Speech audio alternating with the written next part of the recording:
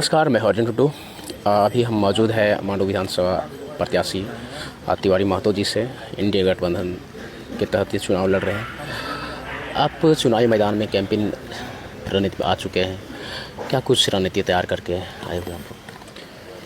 आज मैं पहले धन्यवाद देना चाहूँगा इंडिया गठबंधन के तमाम हमारे वरीय नेता लोग को, अमित शाह, नरेंद्र मोदी, सुदेश महतो, चंद्र प्रकाश चौधरी जी को, कि एक मामूली से कार्यकर्ता पे भरोसा किया है। उसके लिए तमाम नीतीश कुमार, लोजपा, रामविलास पासवान स्वर्गीय और तमाम हमारे नेतागण का धन्यवाद पहले देना चाहूँगा आपके चैनल के माध्यम से। और जहाँ तक आप पूछें कि रणनीति आपका क्या है, तो आप मांडू विधानसभा की बदहाली ही हम उसको खुशहाल में बदलना चाहते हैं, ये मेरा रणनीति है। और आप खुद देखे होंगे कि मेरे विधानसभा क्षेत्र में खास करके टाटी, झरियार, बिशुनगढ़ और चुरचुर 3 ठो प्रखंड ऐसा है कि हमारे बाहर में लोग जाते हैं और प्रत्येक दिन कुछ न कुछ घटना घटता है और वहाँ पे मरता है लोग, और उसका लाश भी यहाँ पे तक नहीं आता है। तो सोच सकते हैं कितना बदहाली है मांडू विधानसभा क्षेत्र में। एक तरफ आपका इंडिया महागठबंधन खड़े हैं, इधर आप लोग खड़े हैं, क्या कुछ कैसे क्या कीजिएगा आप? आज जो दूसरे दल के गठबंधन के प्रत्याशी हैं वो लोग 45 साल राज किया है, और हम लोग जितना जनता लोग हैं या हमारे एनडीए के गठबंधन के लोग, हम लोग 1 मिनट भी मांडू विधानसभा में किसी तरह के पद में नहीं रहे हैं। अब जनता तय करेगा कि वो लोग 45 साल में रह के कितना काम किया और हम लोग कितना काम किए, उसको भी तय करेंगे। तो वो लोग हम लोग के पास कहीं पे टिकते नहीं। उसका उदाहरण है, आप मांडू से चल जाइए, डाड़ी तक रोड का हम लोग बनाए हैं। उसका बाद नेसारा से गिद्दी तक का रोड बनाए हैं। उसका बाद नया मोड़ कुज्जू से चरही, केदला, लइयो, बसतपुर होते हुए, तापिन होते हुए चरही तक रोड बनाए हैं। उसके बाद अनेकों जगह पे हम लोग काम किए हैं। वो लोग अगर 10 करोड़ के काम किया तो हम 10,000 करोड़ के काम किए हैं। आप कहीं पे भी देख लीजिए, हमको लगता है कि वो लोग एक लोग कभी बेरोजगार के पक्ष में कभी खड़ा नहीं हुआ है। हम लोग बेरोजगार के पक्ष में कई बार जेल गए हैं, आंदोलन किए हैं, और बेरोजगार के पक्ष में ही जो हमारे शिक्षित बेरोजगार है और उसको रोजगार दिलाने के पक्ष में हमेशा खड़ा रहेंगे। हम यही आग्रह करेंगे वो लोग से कि हम लोग को इस बार मौका दे। जब 45 साल वो लोग को मौका दिए, हमको एक बार दे। विपक्ष की तरफ से ये बयान आया हुआ है, इंडिया महागठबंधन का यहाँ गढ़ रहा है मांडू विधानसभा, और आगे भी यही रहेगा। विपक्ष गढ़ रहा है तो गढ़ हमेशा किसी का, ये लोकतंत्र है, लोकतंत्र में राजतंत्र नहीं चलता है। अगर वो लोग बोल रहा है कि पुनः हम लोग यहाँ राजतंत्र, तो राजा का शासन नहीं रहेगा, यहाँ प्रजा का शासन रहेगा। अगर इस तरह के बयान देता है वो लोग, तो हमको लगता है वो लोग राजा समझता अपने आप को। हम लोग राजा का यहाँ पे अब नहीं चलेगा भारत में, यहाँ लोकतंत्र है, लोगों का चलेगा। एक सवाल और है यहाँ पे, एक सवाल आई हुई थी, पिछले जो चुनावी थे 2019 में जो चुनाव विधानसभा चुनाव था, उस समय फूल वाले आए थे। विपक्ष का ये कहना था इस बार फूल वाले आया था, इस बार फल वाले आए हैं, क्या कहेंगे इसमें आप? आपको हम लोग, प्रकृति का नियम है, फूल आएगा तबे फल आएगा, और प्रकृति का नियम आ गया है, फूल आया था फल आएगा। कोई भी जगह पे आप देख लीजिए, पहले फल नहीं लगता है, फूल लगता है तब ही फल लगता है। और प्रकृति ऐसा दिया है कि फूल आ गया फल आएगा।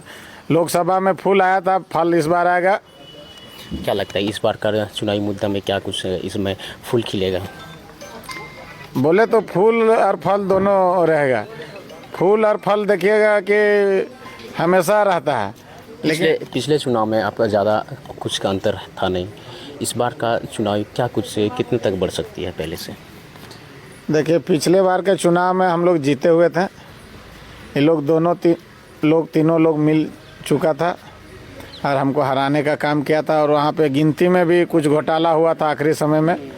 हम लोग वहाँ पे ज़्यादा उत्साहित होकर बाहर निकल गए थे।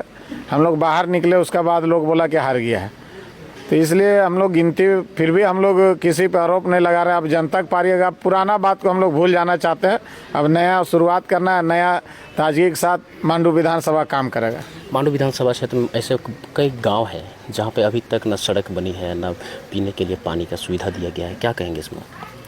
ये सवाल तो आपको विधायक को पूछना चाहिए। अभी जो अपने आप को राजा बोल रहा है कि कई ऐसा गांव है जहां मोटरसाइकिल भी चलने का दिक्कत है। हम खुद अभी दौरा कर रहे हैं और लगातार हम 20 साल से हैं। हम तो किसी का नाम नहीं लेना चाहते हैं, लेकिन जो अपना आपका राजा समझता है, थोड़ा वैसे गांव पे भी जाए कि जहाँ पे रोड नहीं है, पानी नहीं है, बिजली नहीं है, सड़क नहीं है, और किसी तरह का वहाँ पे अभी तक मतलब अब राशन कार्ड का वही व्यवस्था है, चावल ढंग से नहीं मिल पा रहा, अनेकों चीज़।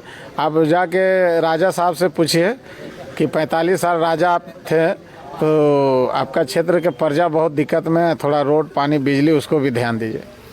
जीत के अगर आप मांडू विधानसभा में आते हैं तो क्या कुछ करेंगे आप?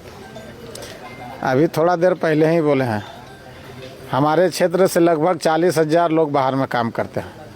उन लोग को मान सम्मान दे के यहाँ पे ही उद्योग स्थापित करवाएंगे। यहाँ पे सभी का नज़र है, टाटा, बिरला, अंबानी, अंडानी, सब लोग कोयला यहाँ से दोहन करके ले जा रहे हैं।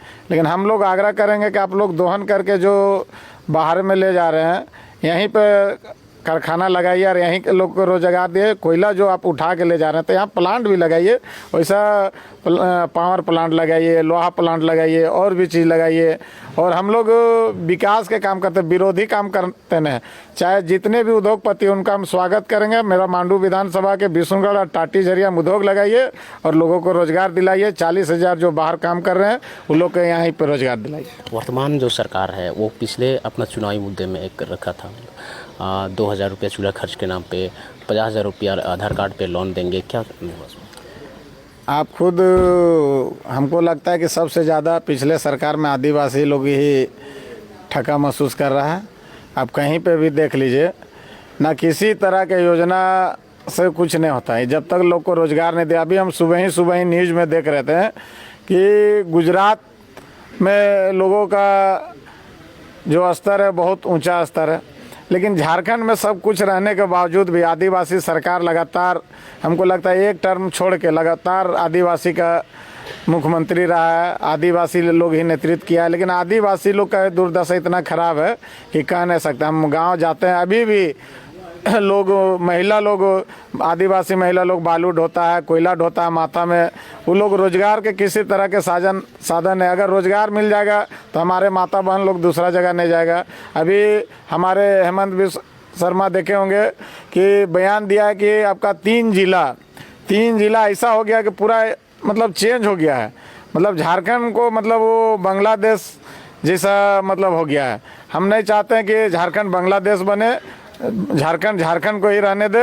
इसको जो बांग्लादेशी लोग घुसपैठी किया है उसका लगातार हम लोग विरोध कर रहे हैं। बांग्लादेश हम लोग को झारखंड नहीं बनाना है। हम लोग झारखंड भारत का ही एक अंग है, इसलिए इसको झारखंड रहने दीजिए और भारत में ही रहने दीजिए। अगर दूसरा सरकार आएगा तो हमको लगता है झारखंड को भी बांग्लादेश में शामिल कर देगा। विधानसभा चुनाव से ठीक पहले मैया समान योजना को लाना, क्या कुछ है? अभी देखिए, हम लोग उतना बड़ा नेता नहीं है, हम लोग इस पे बात नहीं करेंगे। ये केंद्रीय नेतृत्व है। हम लोग भी 2100 रुपया देने का घोषणा किए हैं और 2100 रुपया देंगे ही। ये योजना पूर्व में भी हम लोग के कई राज्य में चल रहा है। हम लोग का मध्य प्रदेश में चल रहा, छत्तीसगढ़ में चल रहा। हम लोग के बाद ही देने का काम किया और हमको नहीं लगता है कि दे पाएगा। केंद्र के सरकार के साथ ने हम लोग को मिल के चलेगा तो सभी महिला लोग को सिर्फ ठगने का काम किया है। हम लोग पूरा करेंगे उस योजना को। धन्यवाद आपको। फिलहाल अभी हम लोग जो बात कर रहे थे मांडू विधानसभा प्रत्याशी एनडीए प्रत्याशी तिवारी महतो जी से।